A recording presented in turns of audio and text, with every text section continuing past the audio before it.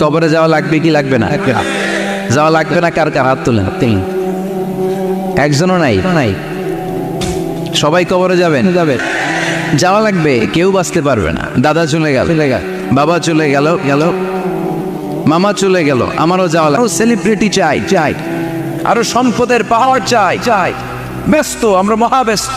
এত ব্যস্ততা কিসের? স্টপ, থামেন, অনেক হয়েছে, আর না।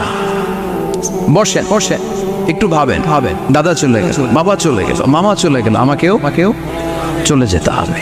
মাঝে মাঝে কবরস্থানে যাবেন, যে একটু দেখবেন এই কবরস্থানে শিশুরা শুয়ে আছে, কিশোররা শুয়ে আছে, আপনার মতো তাগড়া যুবকরা শুয়ে আছে, ওদেরও রক্ত গরম ছিল আপনার মতো। আজ ওরা নাই, সব শেষ। আপনাকেও যেতে হবে। এই কবরে আমাদেরকে যেতে হবেই। কবরের প্রশ্নের উত্তর দিতে হবে। চিল্লায় বলেন ঠিক কিনা? কবরে প্রথম প্রশ্ন করা হবে, মার রব্বুক, তোমার রবের নাম কি? আমাদের রব কে? ওমা দীনুক, তোমার ধর্মের নাম কি? আমাদের ধর্মের নাম কি? বিশ্বনবীর চেহারা দেখিয়ে বলা হবে, এই লোকটাকে তুমি চিনো কিনা? চিনি না আমরা?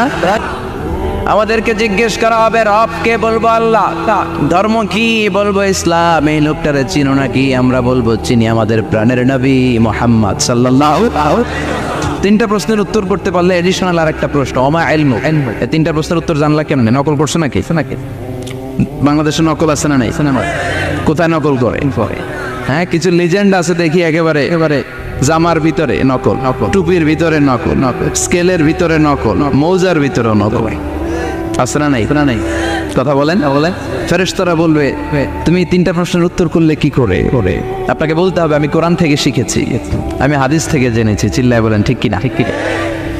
তখন ফেরেশতারা বলবে, আহলান ওয়া সাহলান, মারহাবান, কংগ্রাচুলেশন, তুমি উত্তর করতে পেরেছো। ইফসাহু লাহু কবরুহু ৭০ যিরান, আপনার কবরটারে ৭০ হাত লম্বা বানিয়ে দেয়া হবে। ইফতাহু লাহু বাবুন ইলাল জান্নাহ, জান্নাতের দিকে দরজা করে দেয়া হবে। ইউলবাসু মিন লিবাসিল জান্নাহ, জান্নাতের পোশাক পরিয়ে দেয়া হবে। আর বলা হবে, নাম কানাও মিল আরুস, বাসর রাতে কনেকে নিয়ে বর যেমনি শান্তির ঘুম, আরামের ঘুম দেয়, তুমিও ঘুম দাও, ঘুমাও। You should get some sleep now, you are very tired man. ঘুমাও, অনেক হয়েছে, ঘুমাও। তোমার এই ঘুম কেউ ভাঙাবে না, ইসরাফিলের সিঙ্গার ফুৎকার ছাড়ো। আল্লাহ লম্বা ঘুম যেন দিতে পারি, তৌফিক দাও। আর যারা ইসলাম বিরোধী, কোরআন বিরোধী, বিশ্বনবী বিরোধী, তাদেরকেও প্রশ্ন করা হবে, তোর রব কে? মার রব্বুক, সে বলবে, লা আদরি, আমি কিছু জানি না, আমি মাপ চাই, দোয়াও চাই। কথা কন, জানি না, আমি কিছুই মনে করতে পারছি না, আমি কিছু জানি না, আমার ধর্ম নাই, কর্ম নাই, আমার ধর্ম যার উৎসব সবাই, আমার কোনো ধর্ম নাই, আমার কোনো নামাজ রোজা নাই, আমার কোনো রব নাই। দ্বিতীয় প্রশ্ন, ওমা দীনুক, তোর ধর্মের নাম কি? সে বলবে, ধর্ম কি? আমি জানি না, আমি ধর্মরে গালি দিতাম, আমি দুনিয়া ইসলাম রে বাস দিতাম, আমি আলেম ওলামাদের বিরোধিতা করতাম, আর শাহবাগের মঞ্চে উঠে ভাষণ দিতাম। আসলে নাই, সব গুমর ফাঁস হয়ে যাবে। ইয়াউমুত তাগাবুন। এরপর বিশ্বনবীর চেহারা দেখিয়ে বলা হবে, এই লোকটারা চিনো নাকি? সে বলবে, চিনি না, তবে আমার বন্ধুরা তার বিরুদ্ধে ব্লগে লিখতো, আমিও ব্যাড কমেন্টস করে দিতাম, এই লোকটার বিরুদ্ধে আমি কার্টুন বানাতাম, এই বিশ্বনবীর বিরুদ্ধে আমি কথা বলতাম। চিল্লায় বলেন ঠিক কিনা? ফেরেশতারা বলবে, লা দারাইতা ওয়ালা তালাইতা, তুই কিছুই পারলি না, তুই তো কপাল পোড়া। ফায়ুতরাকু বিমাতারিকা মিন হাদিদ, লোহার হাতুড়ি দিয়ে পিটিয়ে ওর মাসেলগুলো থেতলে ফেলা হবে। ওয়াইকালু লিল আরদি ইলতাইমি, কবরের দুই পাশের মাটিরে বলা হবে, চাপ দে, এমন চাপ দিবে, ফাতাখতালিফা আদলাউহু, ডান পাশের পাজরের হাড্ডি বাম দিকে ঢুকে যাবে, বাম পাশের পাজরের হাড্ডি ডান পাশে ঢুকে যাবে। কিয়ামত পর্যন্ত এই মারামারি চলবে। আল্লাহ, এরকম ভয়ঙ্কর পরিস্থিতি থেকে আমাদেরকে বাঁচাও। ওই কবরের আযাব থেকে বাঁচার দরকার আছে না নাই? বিশ্বনবী বললেন, যে ব্যক্তি রাত্রিবেলায় সূরাতুল মুলক তেলাওয়াত করবে, তার কবরের আযাব হবে না। ইন্না হাযিহি সূরাতুন আযীমা মানিআতুন মিন আযাবিল কবর, এই সূরাটা এমন সূরা, সাধারণ কোন সূরা না। এই সূরাতুল মুলক যে রাত্রিবেলায় তেলাওয়াত করবে, তার কবরের আযাব থেকে তারে বাঁচিয়ে দিবে কে? নাম্বার 1 ফজিলাত স্ট্যাটাস মনে থাকবে তো 2 নাম্বার স্ট্যাটাস শাফাআত লি সাহিবিহা। এই সূরার তেলাওয়াতকারীর জন্য কিয়ামতের দিন সুপারিশ করবে। কোরআন সুপারিশ করবে, চারটেখানি কথা না। কোরআন যদি আপনার বিরুদ্ধে দাঁড়ায়, আপনার জান্নাত ক্যান্সেল। আর কোরআন যদি আপনার ব্যাপারে আল্লাহর কাছে রেকমেন্ডেশন করে, জান্নাত আপনার জন্য ওয়াজিব করে দিবে কে? এজন্য বিষ্ণু বললেন শাফাআত লি সাহিবিহা, কিয়ামতের দিন তেলাওয়াতকারীর জন্য আল্লাহর কাছে সুপারিশ করবে। 2টা গেল। 3 নাম্বার বিষ্ণু বললেন খাসামাত আন সাহিবিহা, এই সূরাটা কিয়ামতের দিন এই সূরার তেলাওয়াতকারীর পক্ষ নিয়ে আল্লাহর সাথে ঝগড়া করা শুরু করে দিবে। আল্লাহর সাথে ডিবেট করবে, ঝগড়া করবে, যতক্ষণ না হাত্তা আদখালাহুল্লাহুল জান্নাহ। হাদিসের টেক্সট হচ্ছে যে যতক্ষণ না আল্লাহ তাআলা তাকে জান্নাতে না ঢোকায়, ততক্ষণ ওই সূরার তেলাওয়াতকারীর পক্ষ নিয়ে আল্লাহর সাথে বিতর্ক, ঝগড়া, তর্ক চলতেই থাকবে। সুবহানাল্লাহ। আরো আসতে বলে।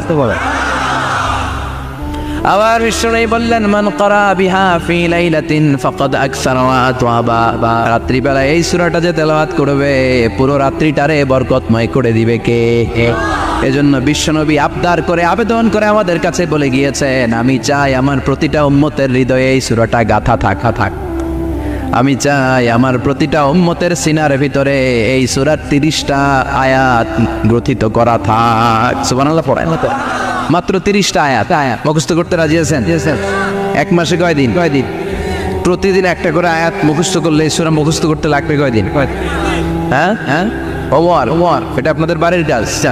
যেহেতু ক্লাসে হোমওয়ার্ক দেওয়া যায় না, আরবিতে বলে আল ওয়াজিব আল মানজিলি। আমি গতানুগতিক তাফসীর করি না, আমি সমাজের খুঁতগুলো ধরে ডিসকাশনের মতো আমি করি। বিভিন্ন জেলায় যে ওখানকার ইয়াংদের সাথেও বসি, কথা বলি, এটাই আমার তাফসীর, এটাই কোরআনের এক্সপ্লেনেশন আর ইন্টারপ্রিটেশন। এতেই মানুষ উপকৃত হয় বেশি। চিল্লা এখন ঠিক কিনা? তো এটা আপনাদের বাড়ির কাজ, মাইথার দিয়া বাসীদের বাড়ির কাজ। হায়াতে আল্লাহ বাঁচায় রাখলে আবার কখনো দেখা হলে জিজ্ঞেস করবো যে মুল্ক মুখস্থ হয়েছে কিনা। কে মুখস্থ করবেন না? হাত তোলেন। সবাই করবেন। এবার কে মুখস্থ করবেন হাত তুলে আমার আল্লাহর দেখা। আল্লাহ তুমি কবুল করো। আর জোরে পড়েন আমিন। হাত নামান। এই সূরাটা it's an eye opener for you. এটা আপনার চোখ খুলে দিবে। এই সূরাটা আপনার চোখকে খুলে দিবে, আপনার ঘুমন্ত বিবেককে জাগিয়ে তুলবে। স্রষ্টার ব্যাপারে আপনার যদি কোনো সাসপিশন থাকে, সন্দেহ থাকে, এই সন্দেহের পাহাড়কে ভেঙে এই সূরা চুরমার করে দিবে। চিল্লায় বলেন সুবহানাল্লাহ। আল্লাহ ডেকে বলে গোলাম, কিছু নাস্তিক আছে আমারে খুঁজে পায় না। এরকম কপাল পোড়া নাদান নাস্তিক বাংলার জমিনেও আছে না নেই? এরা বলে আনসিন ইজ নাথিং, যেটা দেখা যায় না ওইটা মানি না। বলে না do you see the air in the atmosphere? বাতাসে, বায়ুমণ্ডলে যে বাতাস ঘুরে বেড়ায়, এটাকে তুমি দেখো তো মানো কেন? Why do you believe on that? Why do you believe on air? বাতাস বিশ্বাস করস কেন? কপাল পোড়া। নাস্তিকরা বাতাস মানে না? কথা কয়। Do you see the bad headache someone feel in his head and he is shouting? মাথার ব্যথায়, মাইগ্রেনের পেইনে যখন কেউ চিৎকার করে, তার মাথার ব্যথা দেখা যায়। আমার এখন প্রচন্ড মাথা ব্যথা যদি হয়, আপনারা দেখতে পাচ্ছেন? তো নাস্তিকরা কি মাইগ্রেনের পেইন বিশ্বাস করে না? মাথা ব্যথা বিশ্বাস করে কি করে না? বাতাস বিশ্বাস করে কি করে না? কয় আনসিন ইজ নাথিং, যেটা দেখি না ওইটা বিশ্বাস করি না। কপাল পোড়া। আল্লাহ ডেকে বলে গোলাম আমার সৃষ্টির দিকে তাকা, আকাশের দিকে তাকা, বাতাসের দিকে তাকা, সাগরের দিকে তাকা। সাগরের মধ্যে আমি আল্লাহ সিরা নাই। বিশাল বড় বড় পাহাড়ের দিকে তাকা, ঝর্ণার দিকে তাকা, ঝর্ণার মধ্যে আমি আসিরা নাই। ঝর্ণা রে বল না রে কার বিরহে পাগল পাড়া তুই, কার মিলনে ফুল ফসলে ভরা রে তোর দুকুল বই, কার মিলনে ফুল ফসলে ভরা রে তোর দুকুল বই। ঝর্ণা রে বল না রে কার বিরহে পাগল পাড়া তুই। সুবহানাল্লাহ পড়ে। ঝর্ণার দিকে তাকাও, সাগরের দিকে নজর করে দেখো, বিশাল পাহাড়ের দিকে নজর করে তাকাও, ওই পাহাড়ের মধ্যে আল্লাহরে খুঁজে বাবা। চিল্লায় বলেন ঠিক কিনা? এদিন ইমাম আবু হানিফার হাতে হাত রেখে শাহাদা বাক্য পাঠ করেছে। সুবহানাল্লাহ পড়ে। ঝিনুকের ভেতর লুকিয়ে থাকে যেমন মতি, ঝিনুকের ভেতর লুকিয়ে থাকে যেমন মতি, কালমা শাহাদাতে আছে আল্লাহর জ্যোতি, কালমা শাহাদাতে আছে আল্লাহর জ্যোতি। সুবহানাল্লাহ পড়েন। এই জ্যোতি যার হৃদয়ে একবার টাচ করে তার জন্য জান্নাতকে খুলে দেয় কে? এই জন্য এই সূরা পড়লে নাস্তিকরা নাস্তিক থাকবে না। নাস্তিকদের জন্য এখানে আল্লাহ মেডিসিন দিয়েছে, কিছু ডোজ দিয়েছেন। আলহামদুলিল্লাহ পড়া। এই সূরা থেকে আমরা কিছু সময় কথা শুনবো। শুনতে রাজি আছেন তো? সূরার নাম চিল্লায় বলেন কি নাম? মুলক। মুলক মানে কি? মুলক মানে রাজত্ব, মুলক মানে ক্ষমতা, মুলক মানে পাওয়ার, মুলক মানে কিংডম, মুলক মানে সভরেন্টি। সুবহানাল্লাহ পড়েন। রব্বুল আলামিন বলেন তাবারাকাল্লাযী বিয়াদিহিল মুলকু ওয়া হুয়া আলা কুল্লি শাইইন কাদির। সুবহান সেই সত্তা যার হাতে ক্ষমতা আর তিনি সব বিষয়ে ক্ষমতাশীল। সুবহানাল্লাহ। তাবারাকাল্লাযী বিয়াদিহিল মুলক, মহামহিম সে সত্তা, সুমহান সে সত্তা, বিয়াদিহিল মুলকু যার হাতে ক্ষমতা। ক্ষমতা কার হাতে? চিৎকার করে বলতে হবে কার হাতে? নাকি আমাদের হাতে? না সরকারের হাতে, পুলিশের হাতে, র্যাবের হাতে, মাশরাফির হাতে, হিরো আলমের হাতে? ক্ষমতা কার হাতে? ক্ষমতা শুধুমাত্র একজনের হাতে। চিল্লায় বলেন তিনি কে? আল্লাহর হাতে ক্ষমতা, আর তিনি হচ্ছেন সকল ক্ষমতার উৎস, centre of the all powers. সব ক্ষমতার উৎস কে? নাকি জনগণ? আমরা কিন্তু এটাই শিখি, এদেশে আমাদেরকে রাষ্ট্রীয়ভাবে শেখানো হয় এটা রাষ্ট্রীয় কুফরি। সকল ক্ষমতার উৎস জনগণ নয়, সকল ক্ষমতার উৎস কে? উনি ক্ষমতার উৎস, তিনি ক্ষমতাশীল, মহা ক্ষমতাধর। তার ক্ষমতার সাথে কারো তুলনা হয় না। আমাদের কি ক্ষমতা? কথা বলে বল্লা পোকার কেমন খেয়েছেন? হ্যাঁ, মৌমাছি কামড়াইছে, মৌমাছি কামড়াইলে চিল্লাচিল্লি শুরু করে। তো কি ক্ষমতা আছে আপনার? বল্লা কামড় মেয়েরা দেয় তো ওটা ধরে যে মার বইতেও পারি। কুত্তায় কামড়াইলে আমরা কুত্তারে কামড়াইতেও পারি না। কথা বলেন। আমরা নাকি ক্ষমতার মালিক। পিছন থেকে কেউ যদি বলে হুজুর সাপ, মজা করে বলছি এতই ভয় পাইছে। আসলে যদি ফাঁস করে আসতো সব দৌড়। স্লোগান দেওয়ার বলায় লিল্লাহে তাকবীর, আল্লাহু আকবার, আমার ভাই তোমার ভাই, কাপায় ফেলামো নামায় ফেলাম। কথা বলেন। আর যদি পেছন থেকে কেউ আওয়াজ করে বলে সাপ, দৌড়। আপনারা কি দৌড় দিবেন? আমরা এদিক দিয়ে দৌড় দেব। কথা কন। চাচা আপন প্রাণ জীবন বাঁচানোর জন্য ভয়ে পাগল। সাপ লাগবে না, বাবা ভেঙছিলেন মাইটার দিয়ে নাই বোধ হয়। আছে কি করে খালি লাফায়। 10টা বাবা ব্যাং যদি ছেড়ে দেওয়া হয় স্টেজে 2টা আর বাকি 8টা এদিকে, বাবা ব্যাং আর কি লাভ দিব? এর চেয়ে লাফালাফি শুরু করবো আমরা। কথা বলে। আর আমরা দাবি করি আমরা ক্ষমতার উৎস। কোনো ক্ষমতা নাই। একবার ডায়রিয়া হলে 3বার টয়লেটে গেলে আর চেহারার দিকে তাকানো যায় না। কারে মাফ করে দে, আই মরে যাই, আই হাইতান ন আছে না নাই? তো পারবেন না কেন? আপনি না ক্ষমতার উৎস? আপনি না ক্ষমতার উৎস? আরে আপনার তো কোনোই ক্ষমতা নাই। খুলিকাল ইনসানু দাঈফা, মানুষকে দুর্বল থেকে দুর্বল করে তৈরি করেছে কে? এজন্য রব্বুল আলামিন বলেন তাবারাকাল্লাযী বিয়াদিহিল মুলকু ওয়া হুয়া আলা কুল্লি শাইইন কাদির। সুমহান সেই সত্তা যার হাতে ক্ষমতা। চিল্লায় বলেন ক্ষমতা কার হাতে? আমাদের হাতে কোনো ক্ষমতা নাই। আমরা হলাম দুর্বল। আমরা কি দুর্বলের ঘরের দুর্বল। আমরা যখন জন্মেছিলাম দুর্বল। আমার ছোট্ট একটা মেয়ে আছে, আমি অবাক হয়ে থাকি যে আমিও তাইলে ছোটবেলায় এরকম ছিলাম। না খাওয়ালে খেতে পারে না, পেশাব পায়খানা করে, ঘর নষ্ট করে, বমি করে, দাঁড়াতে পারে না, শুইতে পারে না, লালা পড়তে থাকে, ক্লিন করতে হয় সব সময় তাকে। আল্লাহর আদেশে দেহে ঢুকে, আল্লাহর আদেশে বের হয়ে যায়। ঠিক কিনা? এই যে ছোট্ট বাচ্চাটা দেহের ভিতরে যে রুহ ঢুকলো, কে দিল? 120 দিনের আগে মানব শিশুর দেহের ভিতরে কিন্তু রুহের ফুৎকার হয় না। সহিহ বুখারীর বর্ণনা 40 340 কত কথা বলেন। প্রথম 40 থাকে নুতফা, তারপরের 40 হয় আলাকা, তারপরের 40 হয় মুদগা, sperm drop, blood clot and then the little flesh. ছোট্ট নাপাক পানি ছিলা, শুক্রাণু ছিলাম আমরা। কি ছিলাম? শুক্রও ছিলাম না, শুক্রাণু, শুক্রের অনু। এক ফোঁটা শুক্রের মধ্যে 20 কোটি অনু থাকে। ওই 20 কোটির একটা ছিলাম আমি আর আপনি। সুবহানাল্লাহ, বাড়িতে গিয়ে বললেন ডিম্ব আমরা ছিলাম না, আমরা ছিলাম ডিম্বাণু। এই ডিম্বাণু আর শুক্রাণু দুইটা মিলে আল্লাহ আমাদেরকে বানায় ফেললেন জাইগন্ট, সেখান থেকে এমব্রয়ো, তারপরে আস্তে আস্তে ইনিশিয়াল স্টেজগুলো শেষে একটার পর একটা স্টেজ পার করে তিনি আমাদেরকে বানালেন আলাফা, সেখান থেকে মুদগা, আমাদের দেহের ভেতরে তিনি স্কেলিটন ভরে দিলেন, কঙ্কাল, মাথার স্কাল দিলেন, খুলি দিলেন, নাক কান গলা দিলেন, আমার রেসপিরেটরি সিস্টেম চালু করে দিলেন। কত ছোট ছিলাম আমি, ক্ষুদ্র ছিলাম আমি। ফালইয়ানযুরিল ইনসানু মিম্মা খুলিকা মিম্মাইন দাফিক। মানুষের উচিত তার সৃষ্টি প্রক্রিয়ার দিকে নজর করে তাকানো।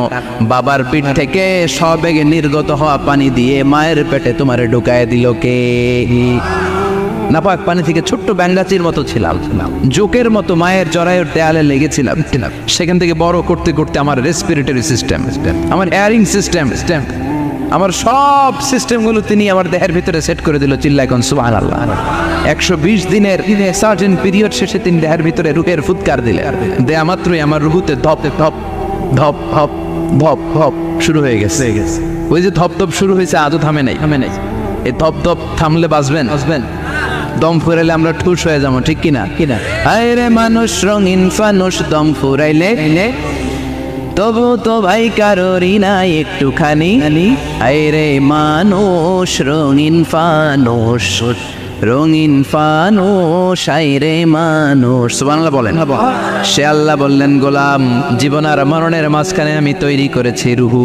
পৃথিবীর বিজ্ঞানীরা সব বানাতে পারে, কম্পিউটার বানাতে পারে, প্লেন বানাতে পারে, হেলিকপ্টার বানাতে পারে, রকেট বানাতে পারে, কিন্তু গোটা বিশ্বের সব বিজ্ঞানীরা মিলে কি রুহু বানাতে পারে নাকি?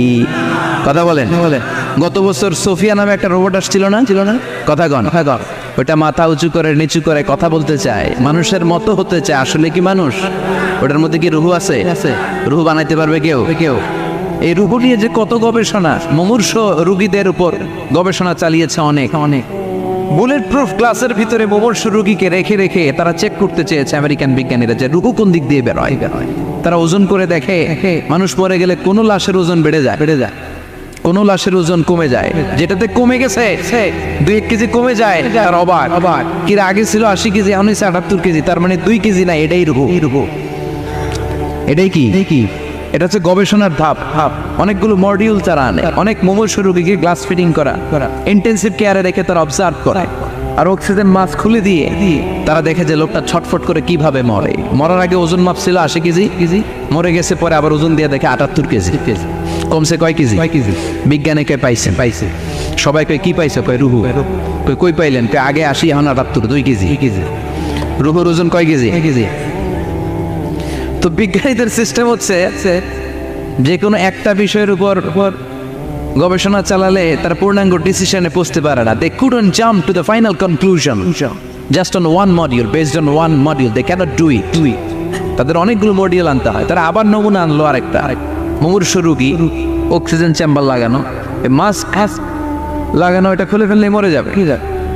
বুলেট প্রুফ করা গ্লাসের ভিতরে ঢুকিয়ে এটার ওজন মাপ, এটার ওজন 60 কেজি। এবার মাছ খুলছে, ছটফট করে, এটা শেষ। এবার মাপ দেখ, এবার মাইপা দেয়া গেছে 63 কেজি। কয় কেজি বাড়ছে? এক একটার এক এক সিস্টেম হইতেছে, কোনোটা কমে, কোনোটা বাড়ে, কোনোটা কিচ্ছু হয় না। সবাই কয় তাইলে আপনি রুহু পাইলেন কই? আগেরটা কম ছিল, মনে করছিলেন 2 কেজি কমছে, ওইটাই রুহু এখন 3 কেজি বাইরে গেছে। মিলাইবেন কি দিয়া? কথা গন। আল্লাহ ডেকে বলে, গোলাম, কিয়ামত পর্যন্ত একটার পর একটা মুমূর্ষ রোগীকে বুলেট প্রুফ গ্লাসের ভেতরে ঢুকাতে পারবি, গবেষণা করতে পারবি, মাগার রুহু খুঁজে পাবি না। চিল্লায় বলেন ঠিক কিনা? কারণ এই রুহুর মালিক কে? সে আল্লাহ বললেন, আল্লাযী খালাকাল মাউতা ওয়াল হায়াতা লিয়াবলুয়াকুম আইয়ুকুম আহসানু আমালা। জীবন আর মৃত্যু বানালাম তোমাদেরকে পরীক্ষা করার জন্য। পরীক্ষা আছে না নাই? গোটা দুনিয়াটাই পরীক্ষা। আল্লাহ যারে পছন্দ করে বেশি তার পরীক্ষাও। আশাদ্দুন নাসি বালাআন আল আম্বিয়া। এই পৃথিবীতে আল্লাহ সবচেয়ে বেশি বালা মুসিবত দিয়ে পরীক্ষা করেছেন নবীদের। কারণ নবীরা আল্লাহর কাছে কম প্রিয় না বেশি প্রিয়? যেহেতু প্রিয় বেশি, পরীক্ষাও।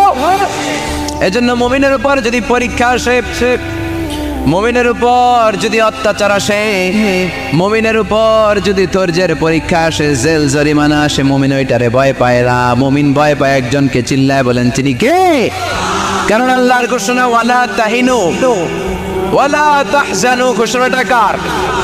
ভয় নাই, তোদের চিন্তা নাই, আনতুমুল আ'লাউনা ইন কুনতুম মুমিনিন, তোমরাই বিজয়ী হবা যদি মুমিন হও, যদি মুমিন হও।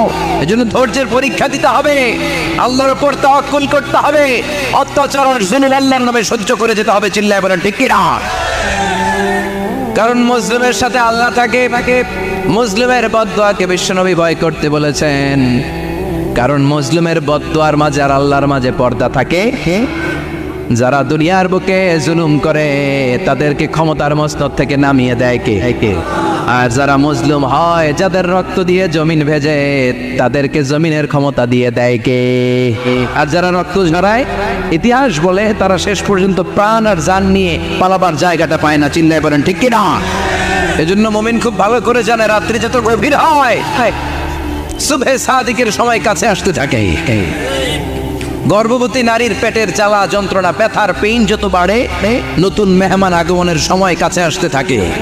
তেমনি ইসলামের পক্ষের শক্তির উপর যদি অত্যাচার, অনাচার, স্টিম রোলার বেড়ে যায়, এটা প্রমাণ করে ইসলামের বিজয়ের সময় কাছে আসতে শুরু করেছে। চিল্লায় বলো ঠিক কি না? এজন্য রাব্বুল আলামিন ডেকে বলেন, গোলাম লিয়াবলুয়াকুম আইয়ুকুম আহসানু আমালা, কে ভালো আমল করো, কে খারাপ আমল করো, এজন্য আমি জীবন মরণ তৈরি করেছি। চিল্লায় কোন ঠিক কি না?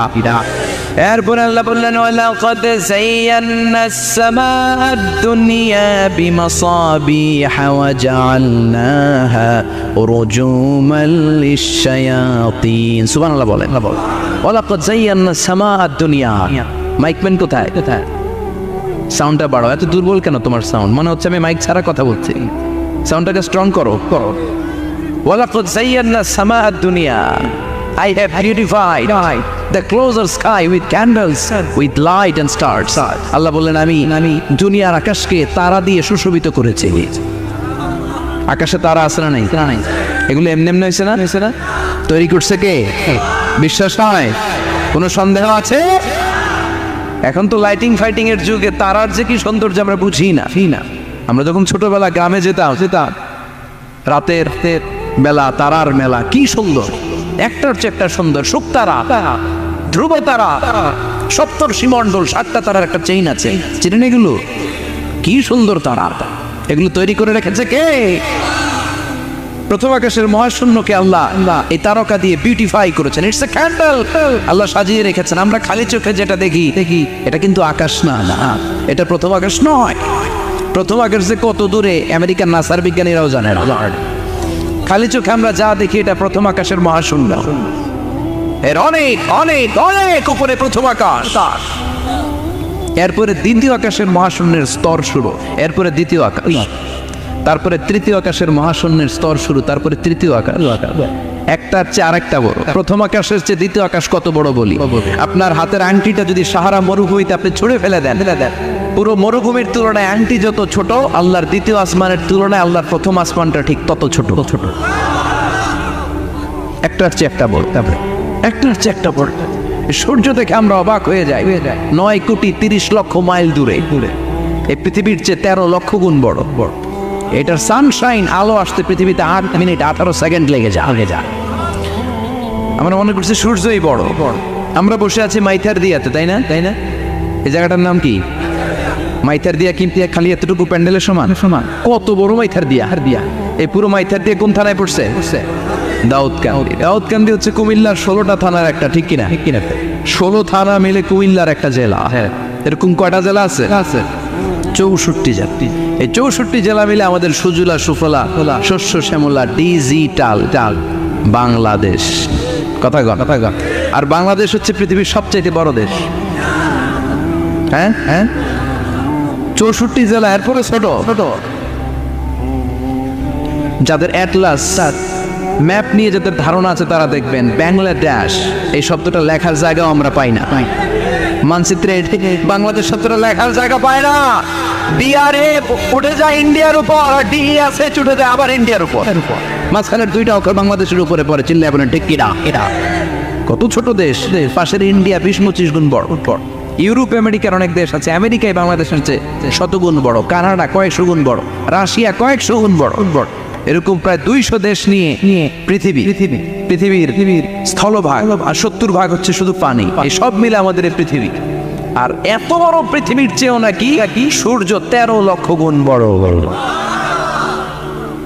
তার মানে সূর্যই বড়? না, সূর্যের চেয়ে অনেক বড় তারা আছে। সূর্যের পরে পৃথিবীর সবচেয়ে কাছের যে তারা বা স্টার, ওটার নাম হচ্ছে প্রক্সিমা সেন্টারি। নাম কি? প্রক্সিমা সেন্টারি। এরপরে আলফা সেন্টারি এ, আলফা সেন্টারি বি, ইটা ক্যারিনা, বেটেলজিউস, এরকম একটার পর একটা তারা। যেই সূর্য পৃথিবীর চেয়ে 13 লক্ষ গুণ বড়, বেটেলজিউস নামে একটা তারা আছে, ওটা সূর্যের চেয়ে 33 কোটি গুণ বড়। তার মানে কি বেটেলজিউসই সবচেয়ে বড় না? ছোট্ট একটা তারা। এই বেটেলজিউসরে খেয়ে ফেলাইতে পারে এরকম 1000 কোটি গুণ বড় সাইজের তারা আছে না নাই? এরকম কয়েক বিলিয়ন তারা নিয়ে আমাদের গ্যালাক্সি গঠিত। আমাদের গ্যালাক্সি, এটার নাম মিল্কি ওয়ে। এটার নাম কি? আমাদের গ্যালাক্সি। এই গ্যালাক্সিতে আমাদের অবস্থান। এরকম কত হাজার কোটি গ্যালাক্সি আছে, আমেরিকার নাসার বিজ্ঞানীরাও জানেন। আমাদের গ্যালাক্সির সবচেয়ে কাছের যে গ্যালাক্সি, ওই গ্যালাক্সিটার নাম হচ্ছে অ্যান্ড্রোমেডা। কি নাম? অ্যান্ড্রোমেডা। আমাদের গ্যালাক্সি থেকে কেউ যদি কাছের গ্যালাক্সি অ্যান্ড্রোমেডাতে যেতে চায়, তার 2.5 মিলিয়ন লাইট ইয়ার্স সময় লেগে যাবে। কথাটা কঠিন হয়ে গেছে, আমি ভেঙে বলি, তারপরে সুবহানাল্লাহ কই। আমাদের গ্যালাক্সির নাম মিল্কি ওয়ে। মিল্কি ওয়ে থেকে যদি কেউ অ্যান্ড্রোমেডাতে যেতে যায়, কত সময় লাগবে? 2.5 million light year. Light year মানে আলোকবর্ষ। আলোর গতিতে যদি ছোটা যায়, 2.5 মিলিয়ন মানে হচ্ছে প্রায় 25 লক্ষ। তাহলে পৃথিবীতে সবচেয়ে দ্রুতগামী যে বিষয়টা আবিষ্কৃত হয়েছে সেটা হচ্ছে আলো। এই যে লাইট মারলে যে ছুটে, এই লাইট প্রতি সেকেন্ডে 1,86,000 মাইল বেগে ছুটতে পারে। 1 মিনিটে না, 1 ঘন্টা না, 1 মিনিটে না, 1 সেকেন্ডে আলো চলে যায় কয় মাইল? 1,86,000। খুঁটিয়ে চিন্তা আপনি কল্পনা করতে পারেন? হয়তো মাথা নাড়াইতেছে না। এটা কি কল্পনা করা যাবে? আমার তো তার ছেড়ে যাচ্ছে। 1 সেকেন্ডে নাকি আলো ছুটে 1,86,000 মাইল বেগে। 1 সেকেন্ড শব্দ কইতে তো 2 সেকেন্ড লাগে। কথা কন। এর মধ্যে আলো চলে গেছে 1,86,000 মাইল। তো কোন রকেট যদি আপনি পান, যে রকেট দিয়ে সেকেন্ডে 1,86,000 মাইল বেগে রকেটটা ছুটবে প্রতি সেকেন্ডে, খেয়াল করেন, ঘন্টায় না, মিনিটে না, কিসে? সেকেন্ডে। যে রকেটটা সেকেন্ডে 1,86,000 মাইল বেগে ছুটবে, ওই রকেটটা দিয়ে আমাদের গ্যালাক্সি থেকে আমাদের পাশের গ্যালাক্সি অ্যান্ড্রোমেডাতে পৌঁছতে আপনার 25 লক্ষ বছর লেগে যাবে। সুবহানাল্লাহ। বাড়িতে গিয়ে বললেন এরকম বিশাল বিশাল তারা দিয়ে আমাদের আকাশটারে বিউটিফাই করেছে কে? এজন্য আল্লাহ বললেন, ওয়ালাকাদ যায়্যানাস সামাআদ দুনিয়া বিমাসাবিহা ওয়া জাআলনাহা রুজুমাল লিশ-শায়াতিন। আমি এই দুনিয়ার আকাশটারে সুন্দর সুন্দর তারকারাজি লাইটের মতো সেটিং করে সুশোভিত করেছি। আবার এই তারকা দিয়ে আমি শয়তানদেরকে প্রহারও করেছি। সুবহানাল্লাহ। শয়তানদেরকে আল্লাহ তারা মেরে আঘাত করে। সুবহানাল্লাহ বলেন। এরপরে এই সূরার প্রথম রুকুর শেষে আল্লাহ বললেন, وَأَسِرُّوا قَوْلَكُمْ أَوْ اجْهَرُوا بِهِ إِنَّهُ عَلِيمٌ بِذَاتِ الصُّدُورِ أَلَا يَعْلَمُ مَنْ خَلَقَ وَهُوَ اللَّطِيفُ الْخَبِيرُ।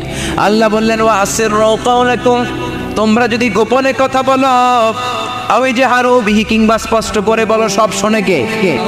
আপনি যেমনি বলেন শুনবে কে? বলেনই নাই, শুধু মনে মনে ভাবছেন, শুনবে কে? সুবহানাল্লাহ কইবেন না? সাত আকাশের উপরে, আরশের উপরে তার অবস্থান, সাত জমিনের নিচে কোনো গোপনতম প্রকোষ্ঠে, কোনো ছোট্ট বাক্সের ভেতরে যদি কোনো পিপিলিকা নীরবে হেঁটে যায়, আল্লাহ বলে আমি ওই পিঁপড়ার হেঁটে চলার পায়ের আওয়াজটাও শুনতে পাই। এজন্য কেউ যেটা শোনে না, শোনে কে? এরপর আল্লাহ বললেন, ওয়াল্লাযী জাআলা লাকুমুল আরদা যালুলান ফামশু ফি মানাকিবিহা ওয়া কুলু মির রিজকি ওয়া ইলাইহিন নুশুর। সুবহানাল্লাহ বলেন। আল্লাহ ডেকে বললেন, গোলাম, তোমাদের জন্য জমিনটারে আমি বিছানা বানিয়েছি। আল্লাযী জাআলা লাকুমুল আরদা ফিরাশা, জমিনটারে বিছানা বানিয়েছে কে? এই বিছানার মতো সমতল জমিন দিয়ে তোমরা হেঁটে বেড়াও, চলে বেড়াও, হেলে দুলে পড়ার সুযোগ নাই, ঠিক কিনা? ঠিক কিনা? এই যে মাইথার দিয়ে আর আজকের যে ময়দান, এটা যদি বিছানার মতো সমান না হয়তো বসতে পারতেন? কথা কন। এই ময়দানের প্যান্ডেলের এদিক দিয়ে উষা, এদিক দিয়ে গর্ত, এদিক দিয়ে নিচা, এদিক দিয়ে খাড়া। কেমন হইতো? কথা কন। কেউ আমার দেখতো, কেউ দেখতো না, কেউ দাঁড়াইয়া, কেউ বৈশা আছে না নাই? কিন্তু জমিনটারে সমতল বানালো কে? আপনি যদি বিমান থেকে যদি আপনি দেখেন, বিমানের গ্লাস দিয়ে, জানলা দিয়ে যদি আপনি নিচের দিকে তাকান, আপনি দেখবেন মনে হবে পুরো জমিনটাকে আল্লাহ সবুজ কার্পেট দিয়ে কার্পেটিং করে রেখেছে। এই সৌন্দর্য দিয়েছে কে? আবার রব্বুল আলামিন বলেন, জমিনটারে সমান দেখে, কার্পেটিং দেখে মনে করো না তোমরা বেঁচে গিয়েছ। আমার দেয়া বিধান আমার জমিনে যদি কায়েম করতে না পারো, এই কার্পেটিং করা জমিনের ভেতরে আযাব আছে না নাই? এই পুরো জমিনের ভেতরে আছে আগুন আর আগুন। আগ্নেয়গিরি রোগ্নোৎপাত জ্বালামুখে বিস্ফোরণ করে দিয়ে গোটা বিশ্বটারে মুহূর্তে মেসাকার করে দিতে পারে কে? এজন্য আল্লাহ ডেকে বললেন, গোলাম আমিনতুম মান ফিস সামাই আন ইয়াখসিফা বিকুমুল আরদা ফাইযা হিয়া তামুর। তোমরা কি ভেবেছো নাকি বেঁচে যাবা? আমি চাইলেই পুরো জমিনটারে কাঁপিয়ে দিতে পারি। আয়াখসিফা বিকুমুল আরদ, খাসাফ মানে ল্যান্ডস্লাইড। খাসাফ মানে কি? ল্যান্ডস্লাইড, ভূমিধস, ভূকম্পন, আর্থকোয়েক আছে না নাই? বাংলাদেশে তো ভূমিকম্প হয় না? টের পাইছেন? মাঝে মাঝে মাঝরাতে হয় না? 3টার দিকে নিজেই দৌড় দিব না, বাচ্চারা লইয়া দৌড় দিব, লুঙ্গি পইরা দৌড় দিব না, লুঙ্গি ছাড়া দৌড়াম। কথা কর। এই ভূমিকম্প আছে না নাই? আল্লাহ বলে, মনে করো না জমিনটা সমতল, কার্পেটিং করে দিয়েছি। এই কার্পেটিং এর ভিতরেও আগুনের দলা আছে না নাই? আবার আল্লাহ বললেন, আমিনতুম মান ফিস সামাই আন ইউরসিলা আলাইকুম হাসিবা। নিচে যেমনি কার্পেটিং করা জমিনের ভেতরে অগ্নুৎপাত রেখে দিয়েছি, মাথার উপর থেকে আযাব দেওয়ার সুযোগ আছে না নাই? চাইলে আল্লাহ অগ্নি বৃষ্টি দিতে পারে, আগুন বৃষ্টি দিতে পারে, ঠান্ডার বজ্রপাত দিতে পারে। আপনারা লূত আলাইহিস সালামের কওমের নাম শুনেছেন? তারা হোমোসেক্সুয়ালিটি, সমকামিতা করত। ফলে আল্লাহ তাআলা বিশাল এক চিৎকার মেরে সাইয়েদনা জিবরাইলের মাধ্যমে পুরো জমিনটারে শেষ করে দিলেন। ফাজআলনা আলিয়াহা সাফিলাহা ওয়া আমতারনা আলাইহিম হিজারাতাম মিন সিজ্জিল। তাদের অপকর্মের কারণে জর্ডানের ওই এলাকাটাকে আল্লাহ বললেন, জিবরাইল এলাকাটারে হাতে তুলে নে, আকাশের উপরে তুলে পুরো এলাকা সহ মানুষ সহ জমিনের মধ্যে গেড়ে দে। জমিনের নিচের মাটি উপরে নিয়ে গেল কে? উপরের মাটি নিচে নিয়ে গেল কে? পুরো জায়গাটা এখন ডেড সি হয়ে গেছে। কিসি? ডেড সি নাম শোনেন নাই বোধহয়? আজকে শুনে রাখেন, এটারে বলে মৃত সাগর। এটা গজবের জায়গা, ওখানে মানুষও ডুবে না। লবণের ডেনসিটি, সল্টের ডেনসিটি এত হাই, এই পানির মধ্যে এত গজব, এর মধ্যে কোনো মাছ জন্মায় না, চিংড়ি জন্মায় না, কাঁকড়া জন্মায় না, ব্যাঙ হয় না, শ্যাওলা হয় না, কিচ্ছু বাঁচে না। এটা গজবের জায়গা, চিন্তায় পড়েন, ঠিক কিনা? যে আল্লাহ জর্ডানের এলাকাটারে ধ্বংস করে দিল, ওই আল্লাহ আজও আছে না নাই? এই জন্য নিজ দিয়ে তিনি যেমনি আযাব দিতে পারেন, ভূমিকম্প দিতে পারেন, জলোচ্ছ্বাস দিতে পারেন, উপর থেকে তিনি শিলাবৃষ্টি দিতে পারেন কি পারেন না? মাইথার দিয়ে কখনো শিলাবৃষ্টি হয়েছিল? হ্যাঁ, ফসল ক্ষেত শেষ করে দেয় না? ছাগল টাগল মরে যায়। ছাগল যদি ইয়েতে থাকে ক্ষেতের মধ্যে, বড় শিলা মাথায় পড়লে শেষ, মানুষও শেষ, টিনের চালও শেষ। কথা কন। এরপরে আল্লাহ যদি উল্কা বৃষ্টি পাঠায়, উল্কা যদি পড়ে, কই যাবে? কোথায় যাবেন আপনি? উল্কা চিনেন? মহাশূন্যে বিশাল পাথরের খণ্ড ঘর্ষণ খেয়ে পৃথিবীর ভেতরে ঢুকে যায়। এই পৃথিবীতে সবচেয়ে বড় উল্কাপিণ্ড পড়েছে সাউথ আফ্রিকাতে। সাউথ আফ্রিকার একটা সিটি আছে, হোবা সিটি। এই হোবা শহরে 60 মেট্রিক টন ওজনের একটা উল্কা পড়েছিল, যেখানে পড়েছে পুরো জায়গাটা বিশাল খাদ হয়ে গিয়েছে। এরকম একটা উল্কা যদি এখানে পড়ে আজকে, বাঁচার উপায় আছে? যে বিল্ডিং এ আমরা থাকি, রাতের বেলায় ঘুমাই আর ধুম্মা চলে ধুম দেখি রাতে, ওই বিল্ডিং এ যদি একটা পড়ে, কথা কন, ডান্স ক্লাব গুলোর উপর যদি পড়ে, পতিতালয় যেগুলো আছে ওগুলা যদি পড়ে, যে হোটেল গুলার মধ্যে আকাম কুকাম হয় ওইটার উপর যদি পড়ে, নাকি আল্লাহর এখন দেওয়ার ক্ষমতা নাই? তা নাই। কথা কন। তার মানে বেঁচে গেছো, পার পেয়ে গেছো মনে করো না, নিজ দিয়েও আযাব আছে, উপর দিয়েও আযাব আছে। চিল্লায় বলেন ঠিক কিনা? এজন্য ভয় পেতে হবে একজন সত্তাকে, তিনি কে? সব ক্ষমতার মালিক কে? এরপর আল্লাহ বললেন, আওয়ালাম يروا إلى الطير فوقهم صافات ويقبضن ما يمسكهن إلا الرحمن إنه بكل شيء بصير سبحان الله বলেন আল্লাহ বলেন তোরা নাস্তিক হস কেমন করে মানুষ নাস্তিক হয় কেমন করে মানুষ কি মুক্ত বিহঙ্গের দিকে নজর করে তাকায় না আকাশে মুক্ত বিহঙ্গ নাই তো নাই বিহঙ্গ বুঝছেন তো পাখি পাখির কথা কোরআনে বললো কে সুবহানাল্লাহ কইবেন না وأرسل عليهم طيرا أبابيل আবার কাবা ভাঙতে এলে পাঠাও আবাবিল দাও খোদা দাও আমায় আবার ওমর দরজ দিল দাও খোদা দাও আমায় আবার ওমর দরজ দিল সুবহানাল্লাহ পড়েন এই যে আল্লাহ বললেন ওয়া আরসালা আলাইহিম তারপর তায়রান আবাবিল তায়ের মানে পাখি তায়ের মানে কি আবার জান্নাতে যারা যাবে তাদেরকে পাখির ভুনা গোশত খাওয়াবে কে জান্নাতে যাওয়ার সাথে সাথে প্রথমে আল্লাহ আপনাদেরকে মেহমানদারি করবে মাছের কলিজা দিয়ে খাইবেন মাছের কলিজার কথা শুনে জিভে পানি আসছে না কে আউয়ালু তুআমিন ইয়াকুলুহু আহলুল জান্নাতি ফাজিয়াদাতু কাবিদিল হুত প্রথমে মাছের কলিজা এরপরে পাখির ভুনা গোশত তার মানে পাখির কথা কোরআনে আছে না নাই আবার সাইয়েদনা সুলাইমান আলাইহিস সালামের একটা পাখি ছিল ওইটার নাম কি ছিল হুদহুদ পাখি মাথার উপর দিয়ে চলতো আর ওইটার চোখে জুমিং পাওয়ার আল্লাহ এত বেশি দিয়েছিল এটা জামিনে নজর করলে বুঝতে পারতো কয় হাজার ফিট নিচে পানি আছে পানিটা মিষ্টি না লবণাক্ত না কেমন দেখে মুহূর্তের মধ্যে সাইয়েদনা সুলাইমানের কাছে সব তথ্য সরবরাহ করে দিত সুবহানাল্লাহ এজন্য আল্লাহ বললেন নাস্তিকগুলো কি পাখির দিকে তাকায় না এই পাখির দিকে তাকালে পাখির রব আল্লাহরে খুঁজে পাওয়া যায় পাখির দিকে তাকালে মুক্ত বিহঙ্গের দিকে তাকালে কেমন করে পাখিগুলো উড়ে যায় এই পাখিগুলো আকাশে ধরে রাখে কে মা ইউমসিকুহুন্না ইল্লা রহমান ওই রহমান ছাড়া কেউ পাখিগুলোর শূন্যে ধরে রাখতে পারে না কত শত আয়াতে যে আল্লাহ পাখির কথা বলেছেন হিসাব নাই কত ধরনের পাখি যে আল্লাহ বানিয়েছেন কোনো হিসাব নাই আপনারা ঘরে জিওগ্রাফিক্যাল চ্যানেলগুলো দেখেন হ্যাঁ না জি বাংলা দেখেন স্টার জলসা কিরণমালা কি দেখেন জিওগ্রাফিক্যাল চ্যানেল দেখবেন ওখানে দেখবেন একটা পাখি আল্লাহ তৈরি করেছে পৃথিবীর সবচেয়ে ছোট পাখি নাম হলো হামিং বার্ড কি নাম the smallest bird ever in the world সবচেয়ে ছোট এটা প্রাপ্তবয়স্কে 3 থেকে 5 ইঞ্চি লম্বা হয়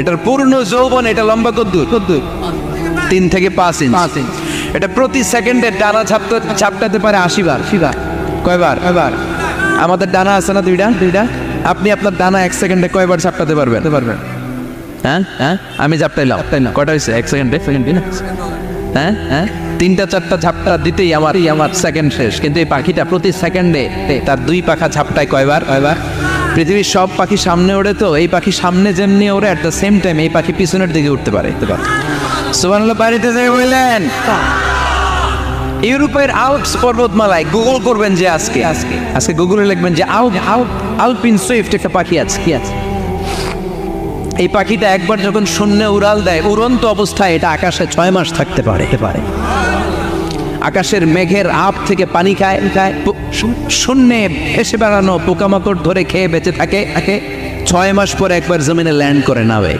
নেমে কয়েকদিন থেকে আবার উড়াল মারলে আবার 6 মাস আলপিন সুইফট আরেকটা পাখি আছে অদ্ভুত পাখি নাম হোমা বার্ড এই হোমা বার্ড উড়ন্ত অবস্থায় ডিম পেড়ে দেয় আর ওই ডিমটা জমিনে পড়ার আগেই মাঝখানে ডিম ফেটে বাচ্চা বেরোয় বাচ্চা উঠতে শুরু করে দেয় এই পাখিগুলোর কথা কোরআনে আছে না নাই এজন্য আল্লাহ বললেন আওয়ালাম ইয়ারাউ ইলা তাইরি ফাওকাহুম সাফাতি ওয়া ইয়াকবিদনা মা ইউমসিকুহুন্না ইল্লার রাহমান ইন্নাহু বিকুল্লি শাইইন বাসীর আল্লাহ বললেন নাস্তিকগুলো কি পাখির দিকে নজর করে তাকায় না পাখির দিকে নজর করে যদি তাকায় তখন পাখির রব আল্লাহরে খুঁজে পাবে চিল্লায় বলেন ঠিক কিনা পাখিকে আরবিতে বললে তয়ের সবাই বলেন পাখির আরবি কি বিমানের আরবিও তয়ের পাখি আরবি যা বিমান আরবিও এই পাখি নিয়ে গবেষণা করে বিমান বানাইছে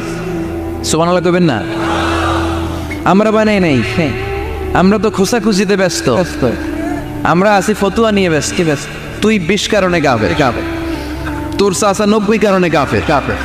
তোর চাচা মরলে যেই জায়গায় কবর দেয়া হবে ওই কবরের মাটির উপরে যে ঘাস উঠবে, ওই ঘাস যে গরু খাবে, ওই গরুর দুধ যে খাবে, ও কাফের।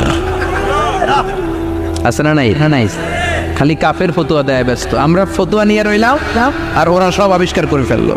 উইলবার রাইট আর অরভিল রাইট এই দুই ভাই 1903 সালে এই বিমান আবিষ্কার করেছে এই আয়াতের উপর গবেষণা করে। আওয়ালাম ইয়ারাউ ইলা তাইর, ওরা কি পাখি নিয়ে ভাবে না? আমাদের তো ভাবার সময় নেই, আমরা আছি মদ নিয়ে আর নারী নিয়ে আর জুয়াবাজি নিয়ে। চিল্লায় বলেন ঠিক কিনা? এমন অনেক মন্ত্রীদের হোটেল আছে যেখানে পতিতালয়ের আড্ডাখানা। চিল্লায় বলো ঠিক কিনা? মুসলমান রাজ মদ আর নারী নিয়ে ব্যস্ত, আর ইহুদি খ্রিস্টানরা আমাদের সব ঐতিহ্যকে ধারণ করেছে। উইলবার রাইট অরভিল রাইট গবেষণা শুরু করে দিল। পাহাড়ে শুয়ে শুয়ে দুই ভাই খালি পাখির ছবি আঁকে। কেমনে পাখিগুলো টানা ঝাপটা মেরে ওঠে, কেমনে নামে, গবেষণা করতে করতে করতে প্লেন বানায় ফেললো 1903 সালে। আজ থেকে 100 বছর আগের স্টোরি শোনাচ্ছি আপনাদের।